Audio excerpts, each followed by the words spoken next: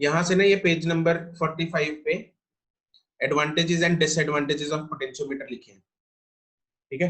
तो कॉपी में हेडिंग बना लो और यहाँ से ये एडवांटेजेस और डिसएडवांटेजेस चिपका लेना कॉपी में, राइट।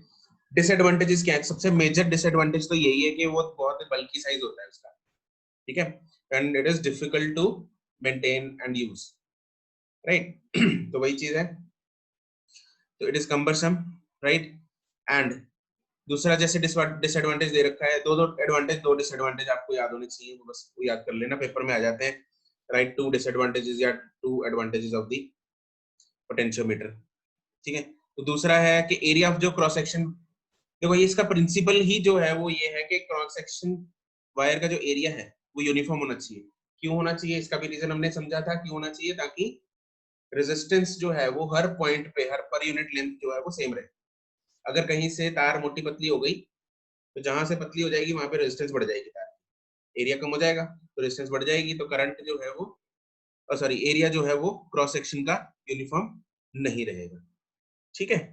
तो जो रीडिंग्स है वो गड़बड़ाएंगी, ठीक है। तीसरा ये है कि टेम्परेचर, अब देखो टेम्परेचर के साथ भी क्या होता है, रेजिस्टेंस वेरी हो जाती है, हमने किया है, resistance varies with the temperature.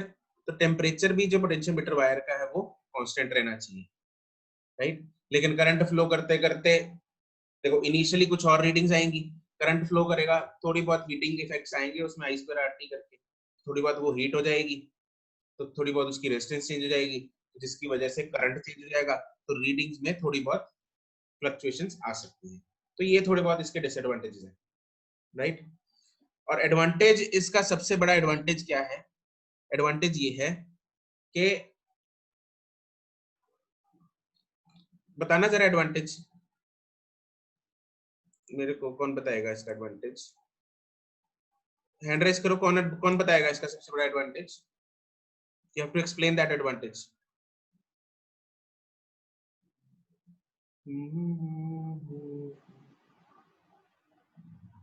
शिरवी, Karan, बस 2 लोग, अमोल, जयंत। डेल्टा में से कौन बताएगा मेरे को? डेल्टा वालों में से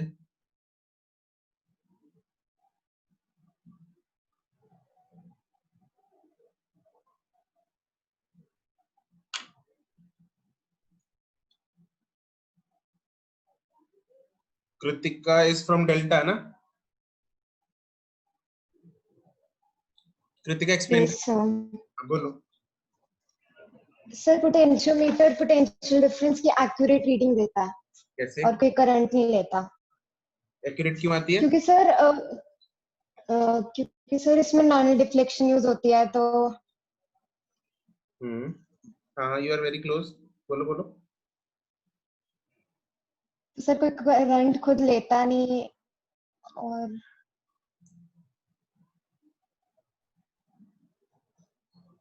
हाँ, यू आर ऑलमोस्ट देयर, बस। अच्छा, कोई इसको कंप्लीट करेगा लाइन को?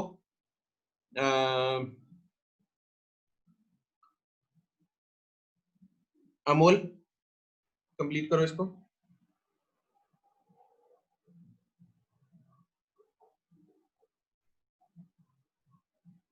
अमोल,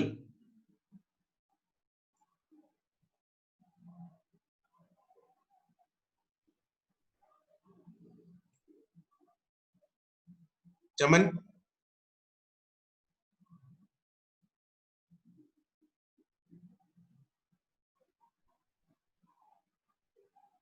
यार इसमें से करंट नहीं फ्लो होता तो रेजिस्टेंस मैटर नहीं करती, वोल्ट मीटर में रेजिस्टेंस के कारण चेंजेस आते हैं। किसके कारण? वोल्ट मीटर की रेजिस्टेंस के कारण। इसमें पोटेंशियोमीटर की रेजिस्टेंस मैटर नहीं करती बिकॉज नल डिफ्लेक्शन यूज हो रही है।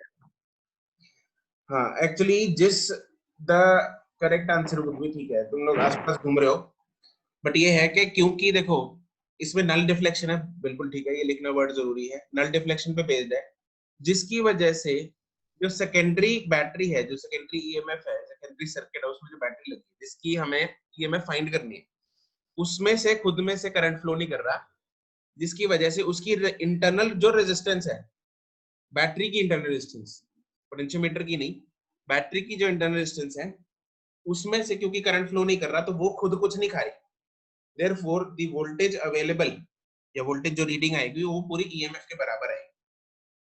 ठीक है, तो नल डिफ्लेक्शन वाले से वैसे नंबर मिल जाते हैं, उतना लिखोगे तो हो जाएगा। ठीक है, बट तुम्हें कंसेप्ट क्लियर होना चाहिए सबको तो क्या है।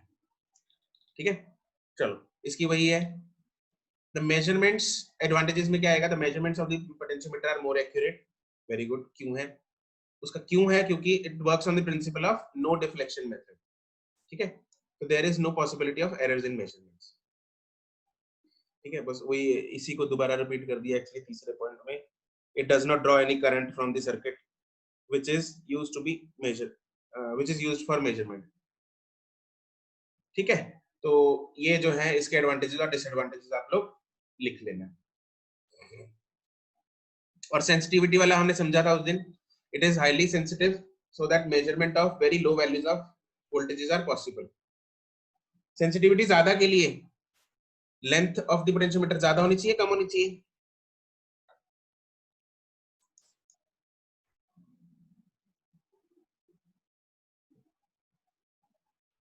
ज्यादा होनी चाहिए, बिल्कुल ज्यादा होनी चाहिए। गुड गुड, ठीक है। चलो अगला टॉपिक एक बनाएंगे, ये चैप्टर हमारा खत्म है। जो तुम लोगों को कुछ मैं क्वेश्चंस करा रहा हूं कि resistance of the wire frame across different ends, resistance of the wire frame across different ends. ठीक है, तो these are important, right? इसमें से एक जो पार्ट है which is across the diagonal, मतलब पहला हम करेंगे resistance across the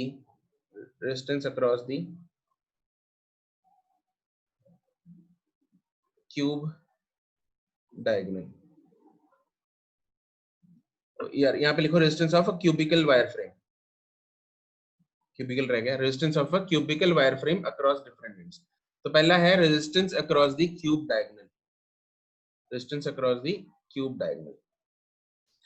तो ये वाला जो है क्यूब डायगोनल वाला, this is important, this is important for boards point of view also and Mains advance सब में। वैसे इंफॉर्मेशन के लिए बता देता हूँ, नीट में भी आया हुआ है क्वेश्चन, तुम लोगों को जरूरत नहीं है खैर, अदरवाइज ये मेरे पास जो है एक वायर फ्रेम दे रखा है, तो ये वायर फ्रेम सारा ये तारों से बना हुआ है, तो हर तार की एक अपनी रेजिस्टेंस भी है।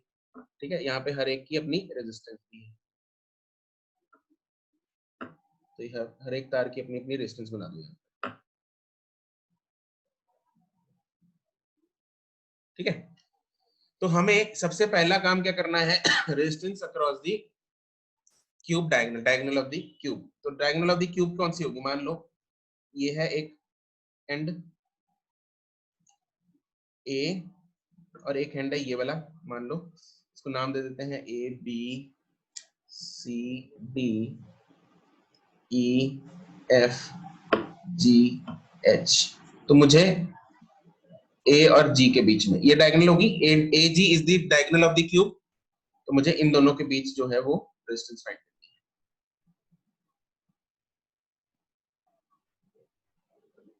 है। ए जी के अक्रॉस यहाँ लिख लो चाहे ब्रैकेट में, ए जी के अक्रॉस फाइंड करनी है। मान लो यहाँ पे एक मैंने बैटरी लगा दी जिसकी ईएमएफ है ई, तो यहाँ से करंट भागा, यहाँ से बहेगा करंट, इधर से जाएगा और इधर तीन हिस्सों में बट जाएगा। ठीक है, इसको तो अब इसको समझेंगे ध्यान से, बिल्कुल चुपचाप। ठीक है, बिल्कुल आंखें दिमाग कान सब खोल के इसको समझेंगे कि इसमें हम क्या चीज यूज करने वाले हैं। यहाँ पे हम सिर्फ और सिर्फ कॉमन सेंस यूज करने वाले हैं। क्या यूज करेंगे, कॉमन सेंस। ठीक है, एक सिमेट्री बन रही है इसमें, ठीक है, जिसको हम बिल्कुल कॉमन सेंस से हम पहचान सकते हैं। कैसे पहचानेंगे, यहाँ से बाय चांस मेरे पास एक करंट आ रहा है, कुछ भी मान लेते हैं, कोई करंट आई आ रहा है मान लो, तो इसके पास तीन रास्ते हैं आगे, इस करंट के पास डिवाइड होने के लिए तीन रास्ते। एक तो है AD, एक है AE, एक है AB। जो तीनों रास्ते हैं वो बिल्कुल सिमिलर हैं, ठीक है, वो बिल्कुल क्या है, सिमिलर है। नहीं प्राची, ये कराऊंगा मैं, कराना पड़ेगा, ठीक है, इसको टाइम लग जाएगा अगर तुम लोग बहुत ट्राई करोगे। इसमें क्या है, तीनों, इसका एक पर्टिकुलर मेथड है एक्चुअली, इसके तीनों जो रास्ते हैं वो सिमिलर हैं। तो सिमिलर कैसे, जैसे देखो A से D गए, D से यहाँ पे गए, यहाँ पे गए, तो तीन तीन रेजिस्टेंस आ रही है बीच में, A D, 1 2 3। फर्स्ट पाथ में 3 रेजिस्टेंस आई बीच में। सेकंड पाथ देखते हैं, इसमें भी 3 आएंगी, 1 2 3। तीसरे पाथ में भी देखेंगे, इसमें भी 3 आएंगी, 1 2 3। तो तीनों जो रास्ते हैं उनको, उनके रास्ते में खड्डे बिल्कुल सेम है। तीन रास्तों में अगर करंट जाना चाहेगा, तीनों के रास्ते जो हैं वो बिल्कुल आइडेंटिकल हैं, बिल्कुल सेम खड्डे हैं, बिल्कुल सेम रेजिस्टेंसेस हैं, बिल्कुल सेम सिमिलर पाथ्स हैं, ठीक है। तो क्या होगा, करंट यहाँ पे इक्वली डिवाइड हो जाएगा। यहाँ पे करंट जो है वो इक्वली डिवाइड हो जाएगा। ये हमने सिमेट्री से देखा, क्योंकि ये सिमेट्रिकल है, इधर से सिमेट्रिकल है, जैसे इधर वैसे ही उधर, वैसे ही इधर, ठीक है। तो इधर करंट जो है वो इक्वली डिवाइड हो जाएगा, ठीक है। अब मान लो यहाँ पे जो करंट जा रहा है उसके पास अब दो रास्ते हैं, A to B जो मेरे पास करंट गया उसके पास दो रास्ते हैं, ध्यान देंगे। एक रास्ता है BC से EG, एक रास्ता है BF से FG। अब ये भी दोनों बिल्कुल इक्वलेंट, बिल्कुल सिमिलर रास्ते हैं, ये और ये, यहाँ पे भी दो रेजिस्टेंस आ गई रास्ते में, इधर भी दो रेजिस्टेंस आ गई रास्ते में। तो जो करंट यहाँ पे पहुंचेगा वो भी आगे इक्वल पोर्शंस में डिवाइड हो जाएगा, वो भी आगे इक्वल पोर्शंस में डिवाइड हो जाएगा। तो यहाँ से जो करंट आया वो इधर और इधर बिल्कुल इक्वली डिवाइड हो जाएगा। ये भी बिल्कुल सिमेट्री, कॉमन सेंस है, इधर सेम सिमिलर रास्ते हैं बिल्कुल, तो इक्वल डिवाइड हो जाएगा। तो मान लो ये जो फाइनल करंट जो डिवाइड होके बना, ये बना I, ये भी I है, तो इधर से आ रहा था 2I, ये सारे ये तीनों सेम थे, तो ये भी 2I है, ये भी 2I है, I कैप नहीं है, I है। तो 2I यहाँ पे क्या बना, 6I। तो इधर से मान लेते हैं मेरे पास 6I करंट आ रहा था, जो 2I एंड 2I में डिवाइड हो गया, और फिर यहाँ से ये I और I में डिवाइड हो गया, और ऐसे ही इधर से भी I और I में डिवाइड हो जाएगा, I, और इधर ये वाला जाके भी I एंड I में डिवाइड हो जाएगा। अब देखेंगे I और I मिलने वाले हैं आगे जाके, इधर से I आ रहा है, इधर से भी I आ रहा है, तो यहाँ पे क्या हो जाएगा, 2I। इधर से I आ रहा है, इधर से I आ रहा है, तो यहाँ पे क्या हो जाएगा, यहाँ पे भी हो जाएगा 2I। यहाँ से I आ रहा है, इधर से I चढ़ा, तो इधर कितना हो जाएगा, 2I। अब ये 2I एंड 2I मिलके इधर कितना बना देंगे, 6I। तो सर्किट को चाहे इधर से देख लो, यहाँ से देख लो, एक डब्बा है मेरे पास, एक क्यूबिकल डब्बा है, इस डब्बे को इस कोने से देख लो या इस कोने से देख लो, बिल्कुल सेम दिखेंगे डब्बे दोनों। तो अगर इधर से करंट 6I एंटर करके 2I में बटेगा, तो इधर से अगर मैं बाय चांस इसका टर्मिनल रिवर्स कर देता हूँ, तो इधर से भी 6I बट एंटर करके 2I में बटना चाहिए था, और बटा भी 2I तीनों में बटा, सेम बटा, क्योंकि सिमेट्रिकल है बिल्कुल इसके और इसके एंड के आसपास, तो इसलिए बिल्कुल सिमेट्रिकल करंट्स आएंगे, 2I इसमें, 2I इसमें, 2I इसमें, 2I इसमें, 2I इसमें, तो बिल्कुल जो है वो तीनों यहाँ पे सेम हो जाएंगे। तो ये तो हो गई करंट की डिवीजन इस सारे क्यूब में, ठीक है। अब इतना काम करने से सिर्फ मेरे को इसकी हेल्प क्या मिली, मेरे को सिमेट्री की यहाँ पे हेल्प क्या मिली, यहाँ पे मेरे पास वेरिएबल्स बहुत कम है, सिर्फ एक ही वेरिएबल है I1 I2 I3 अगर लेते हैं, फिर उसके बाद I4 I5 लेते तो पागल हो जाते हैं, फिर तो ना बहुत सारे KVL के लूप बनते हैं, है ना, फिर इट वाज वेरी डिफिकल्ट। अब हमने इस सिमेट्री को यूज करके कम से कम वेरिएबल्स को कम कर दिया, ताकि अब हमें सिर्फ एक KVL लूप लगाने से काम चुटकी में निकल आए। बस अब मैं KVL लगाऊंगा, क्या करने वाला हूं मैं, यहाँ पे KVL लगाने वाला हूँ, किसी भी इस लूप में KVL लगा लेते हैं। यहाँ से मैं चलता हूँ इधर से, यहाँ से ऐसे इस लूप में KVL लगा लेते हैं, ऐसे KVL लगाते हैं, ठीक है। यहाँ से स्टार्ट कर लेते हैं, चलो इधर से इधर कुछ नहीं है, यहाँ से यहाँ पे करंट इधर को जा रहा है, तो इधर प्लस होगा, इधर माइनस होगा, तो क्या लिखेंगे, जल्दी बताते जाओ।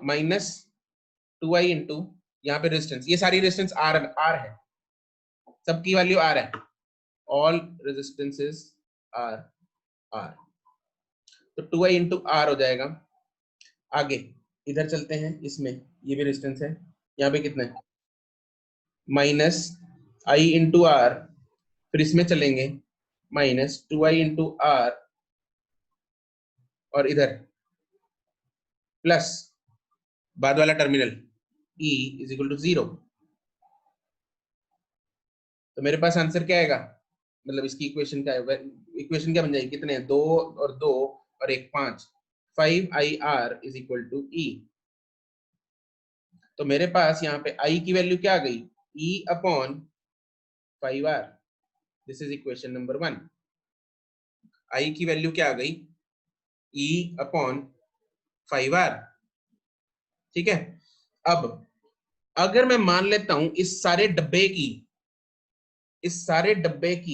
इक्विवेलेंट रेजिस्टेंस है R इक्विवेलेंट, इस सारे डब्बे की इक्विवेलेंट रेजिस्टेंस है R इक्विवेलेंट, तो मैं क्या बोल सकता हूं, R इक्विवेलेंट पूरा डब्बा ये is equal to E upon total current कितना है 6i,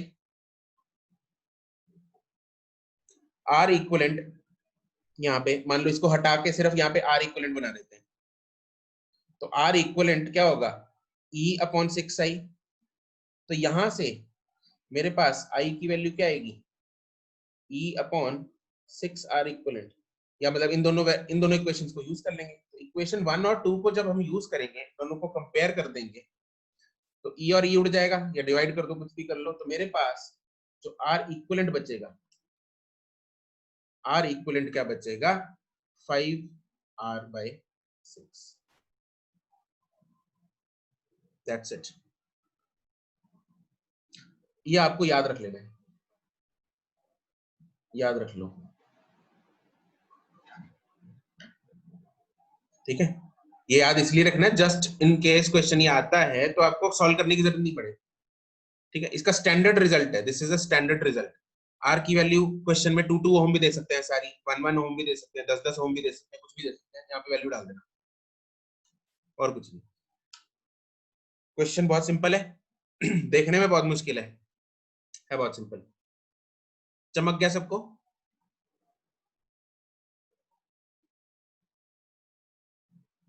हाँ भेज दूंगा, कोई बात नहीं, क्लिक करके भेज दूंगा सही है, किसी को दिक्कत,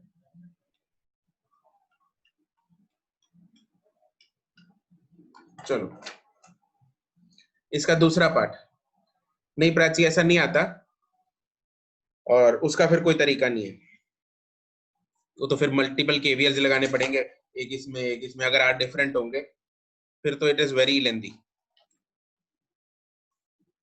राइट। उसका सीधा सॉल्यूशन ऐसा कुछ नहीं, हम सिमेट्री से नहीं कर सकते, सिमेट्री हम इसीलिए लगा पाए क्योंकि सारी रेजिस्टेंसेस सेम थी।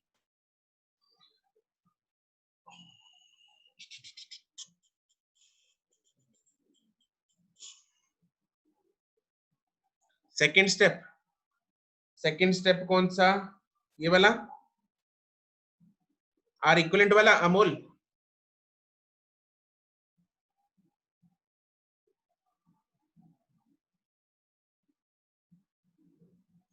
आर इक्विवेलेंट, देखो यार इसको अगर मैं हटा के यहाँ पे सिर्फ आर इक्विवेलेंट बना दूं, और यहाँ पे एक बैटरी लगी है E, और यहाँ इसको कनेक्ट कर दिया, यहाँ से करंट जा रहा है 6i, तो आर इक्विवेलेंट क्या लिखेंगे हम, E divided by current, V equal to IR, तो वही लिखिए, V क्या है E, I क्या है 6i इंटू R,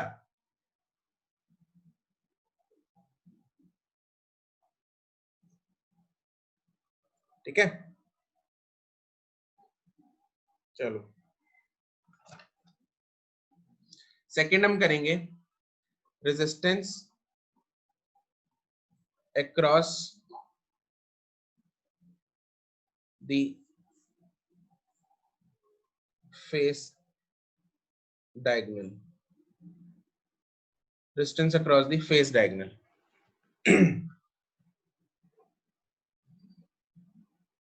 तो मेरे पास वही क्यूब है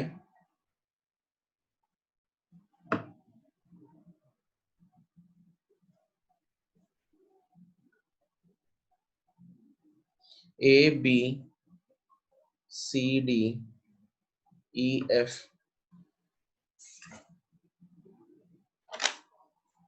सेम ले लेते हैं, E F G H, same notes ले लिए मैंने पिछले क्वेश्चन वाली, ई एफ जी एच। ठीक है, तो अब मुझे फाइंड करना है, मान लो ए और एफ के बीच में फेस डायगोनल होगा ए एंड एफ का, ए एंड एफ के बीच में, तो बैटरी यहां पे कनेक्टेड है,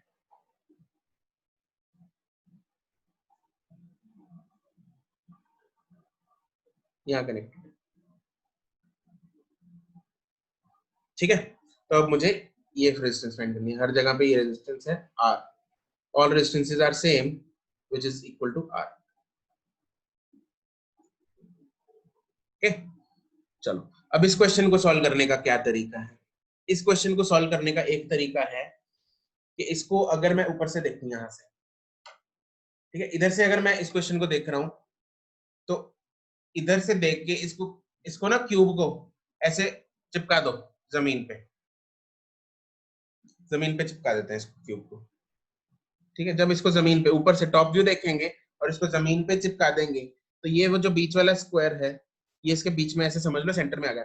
जो ये नीचे वाला जो स्क्वायर है इसको थोड़ा चौड़ा कर लिया और ऊपर वाले को ऐसे बीच में उसके दबा दिया, जैसे यूं समझ लो जेली है एक, है ना, जेली को ऊपर से जब प्रेस करेंगे तो बेस थोड़ा फैल जाएगा और ऊपर टॉप वाला यहाँ पे आ जाएगा। इसको थोड़ा सा ऐसे इमेजिन करना पड़ेगा, थोड़ा इमेजिनेशन का खेल है, तो इसको थोड़ा इमेजिन करेंगे, इमेजिन करके बनाते हैं, इसको ऐसे बनेगा।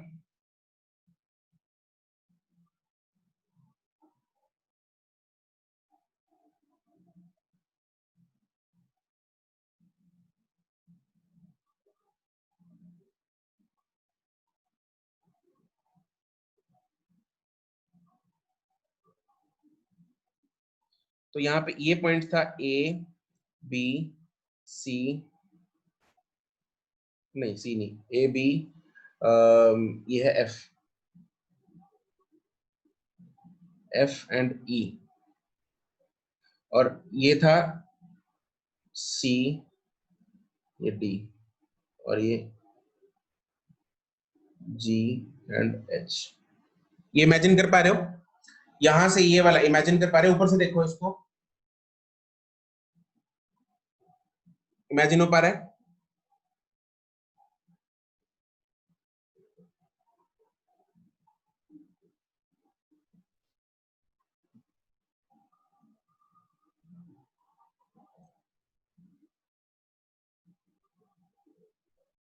ये सारी डिस्टेंसेस आर है। ठीक है, अब मुझे ए और एफ के बीच में निकालनी है रेजिस्टेंस, ए और एफ के बीच में इफेक्टिव डिस्टेंस निकालनी है। ट्राई करना जरा इसको।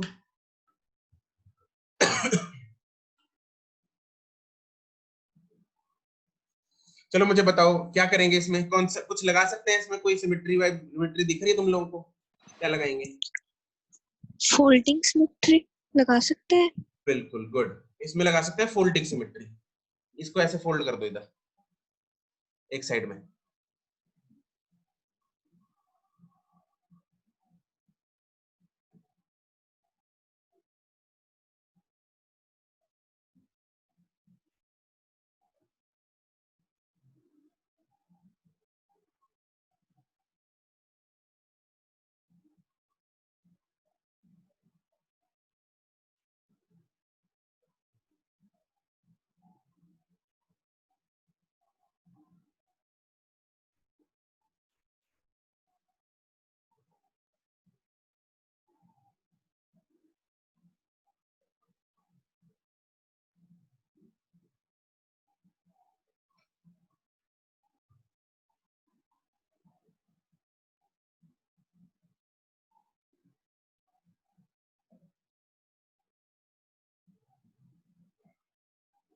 आया आंसर?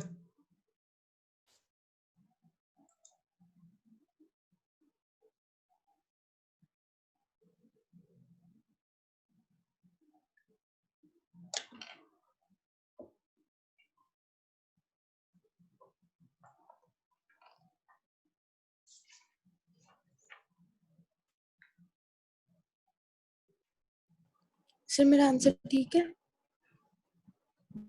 नहीं नहीं, प्राची का नहीं, करण का भी नहीं।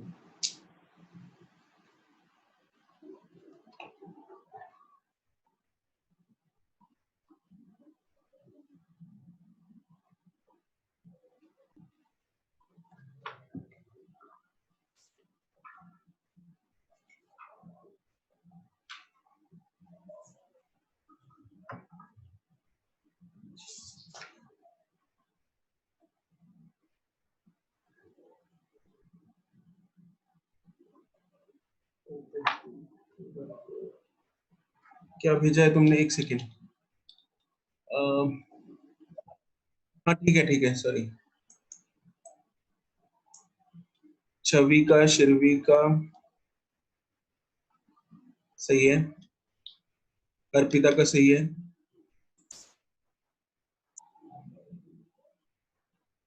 और छवि कहाँ सही है, शिरवी का सही है, ठीक है, करण का सही है, जसर अहमद का सही है,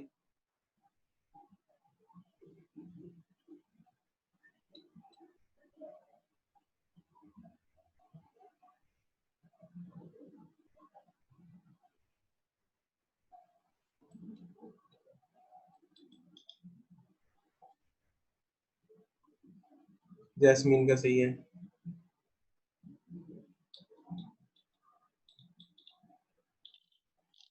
जिनका बोला मैंने उनका सही है,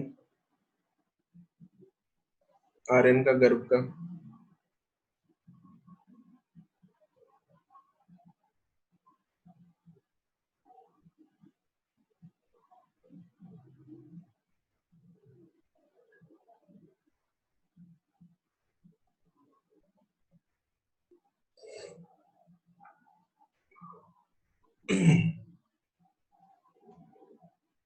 सादात, हाँ सही कह रहे हो तुम, टॉप व्यू है उसका।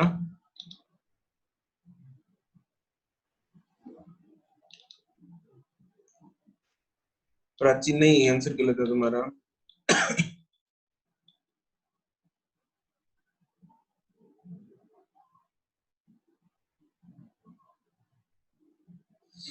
सिमेट्री लगाते हैं, चलो सिमेट्री, फोल्डिंग सिमेट्री हम कैसे लगाते होते हैं? यहाँ पे ऐसे, यहाँ पे लगाएंगे फोल्डिंग सिमेट्री, ठीक है। नहीं अर्षित नहीं, साहिल, अक्षत नहीं, ठीक है। अब इसको इधर फोल्ड कर देंगे, जब इसको इधर फोल्ड करेंगे नीचे वाला उड़ा देंगे और ऊपर वाली सारी रेजिस्टेंस आधी आधी करनी है, ठीक है। तो वैसे ही बना लेते हैं दोबारा, ये है, ये है, ये है, ये है, ये और एक ये, राइट। चलो नीचे वाली उड़ा दी, ऊपर वाली हाफ हाफ करनी है। कौन सी हाफ करनी है? ये वाली हाफ नहीं कर सकते, ये हाफ नहीं कर सकते, क्योंकि ये तो सिंगल है ना, इसके ऊपर कोई ओवरलैप नहीं हो रही, तो ये कितनी रहेगी? ये आर ही रहेगी। इसके ऊपर ये आ जाएगी तो ये r/2, ये वाली इसके ऊपर ये आ जाएगी तो ये r/2, इसके ऊपर ये आ जाएगी तो ये r/2, ये इसके ऊपर आ जाएगी तो ये भी r/2, ये इसके ये r/2, इसके ऊपर ये आ रही, लेकिन ये फिर r रहेगी, ये वाली r रहेगी सिर्फ, ठीक है। इसके ऊपर कोई ओवरलैप करने वाला नहीं है, तो दिस विल रिमेन r। अब देखते हैं इसको सिंपल करते हैं थोड़ा, ये a है, ये f है, ये r/2 और r कितना हो गया? ये है r/2, ये भी कितना है? r/2, और इधर बन रहा है कितना?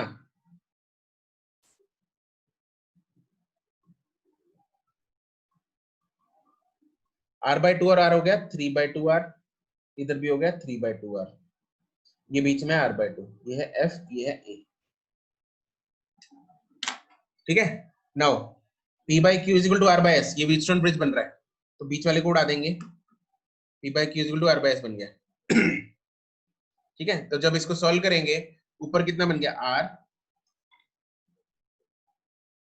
और नीचे कितना बन गया? 3r af, तो इसका इक्विवेलेंट कितना हो जाएगा? 3r into r divided by 3r plus 4r, तो वो कितना हो जाएगा 3/4R। R equivalent is 3/4R।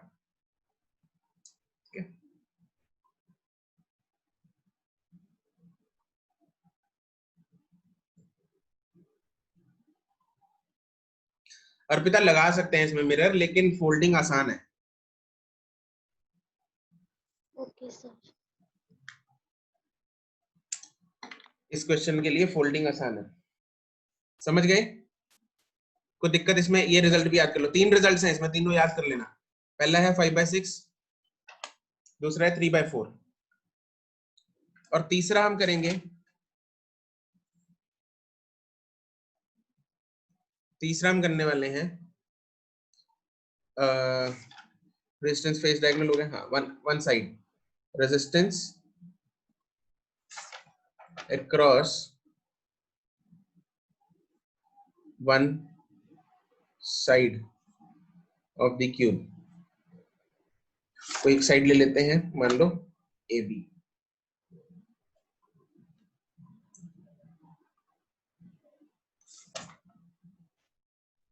Sir ये पहले खुद ट्राई करें एक बार।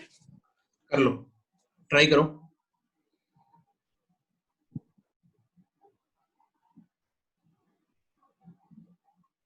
ये इमेजिनेशन से होगा, ये भी थोड़ा कंसेप्ट भी लगेगा, but you can always give a try.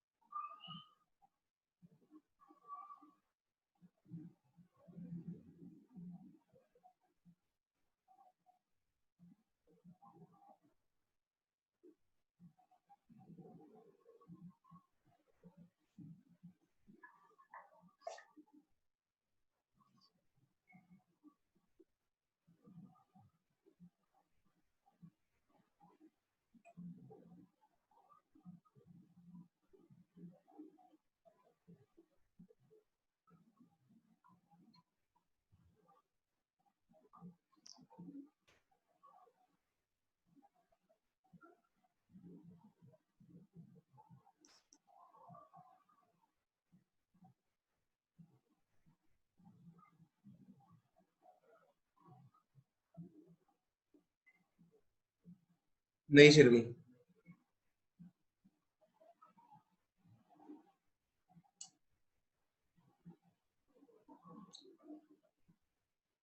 तुम लोग एक काम करो, इसको होमवर्क के लिए ले लो, ठीक है? कल कर लेंगे इसको डिस्कस। अक्षत नो, नहीं करण, हिमांशु नहीं, इसको ट्राई कर लेना एक बार खुद से ढंग से,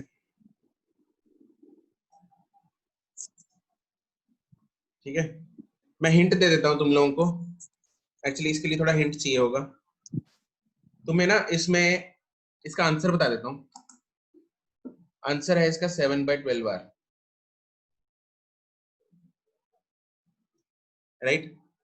इसमें तुम लोगों को थोड़ा इस सर्किट को ना सिंप्लीफाई करना पड़ेगा, इन द सेंस इसमें से देखना पड़ेगा कि कौन कौन से पॉइंट्स ना इक्विपोटेंशियल हो सकते हैं।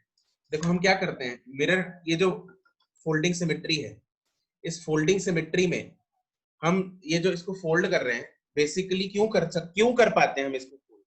इसका लॉजिक मैंने बताया था कि उन पॉइंट्स को हम कंबाइन कर पाते हैं जो इक्विपोटेंशियल होते हैं, सेम पोटेंशियल पे होते हैं। जैसे इस केस में B एंड E, ये जो दो पॉइंट्स हैं, these are on the same potential, तो इसको उठा के हमने इसके साथ कंबाइन कर दिया। C और H सेम पोटेंशियल पे हैं, तो ये दोनों सेम कंबाइन हो सकते हैं, ठीक है? तो अगर ये एक पोटेंशियल पे है तो इन दोनों को सेम मर्ज कर सकते हैं। B and E same potential पे है तो इन दोनों को मर्ज कर सकते हैं, ठीक है? मर्ज करने के कारण रेजिस्टेंसेस, अब हम क्या करेंगे, D और अगर C और H सेम पॉइंट है तो मैं बोल सकता हूं कि D एंड C में अगर रेजिस्टेंस आर है एंड डी एंड एच में, तो इसको भी मैं डी एंड सी बोल सकता हूँ। डी एंड सी में रेजिस्टेंस आर, डी एंड सी में रेजिस्टेंस आर, तो आर और आर, तो r/2 पैरेलल हो जाता है, इसलिए ये सब चीजें लगती हैं। हम यहाँ पे r/2 कर देते हैं, ठीक है। ये फंडा होता है कि ये और ये दोनों सेम पोटेंशियल पे हैं, तो इनको सेम ही नाम दे दिया, इसको भी सी दे दिया, इसको भी सी दे दिया, और यहाँ पे सी लिख दिया, ठीक है, या एच एच दे दिया दोनों को। तो आर और आर, अगर दो रेजिस्टेंस मेरे दो पॉइंट्स के बीच में है, तो आर और आर, तो आर और आर r/2 बन जाता है। तो ऐसे ही तुम्हें यहाँ पे भी इक्विपोटेंशियल पॉइंट्स ढूंढने पड़ेंगे। यहाँ पे फोल्डिंग सिमेट्री हम नहीं लगा सकते, फोल्डिंग सिमेट्री से नहीं पता लगेगा, ठीक है, रास्ते से पता लगेगा। हमें रास्ते से पता लगता होता है, जैसे यहाँ पे ध्यान देंगे, सुनेंगे, जैसे ए से अगर मैं ढूंढ रहा हूँ ई और बी सेम पोटेंशियल पे, कैसे पता लगा मुझे सेम पोटेंशियल पे? यहाँ तो फोल्डिंग सिमेट्री लग गई इसलिए पता लग गया, लेकिन अगर सिमेट्री ना लगती तो कैसे पता लगता? ए से देखो ई पॉइंट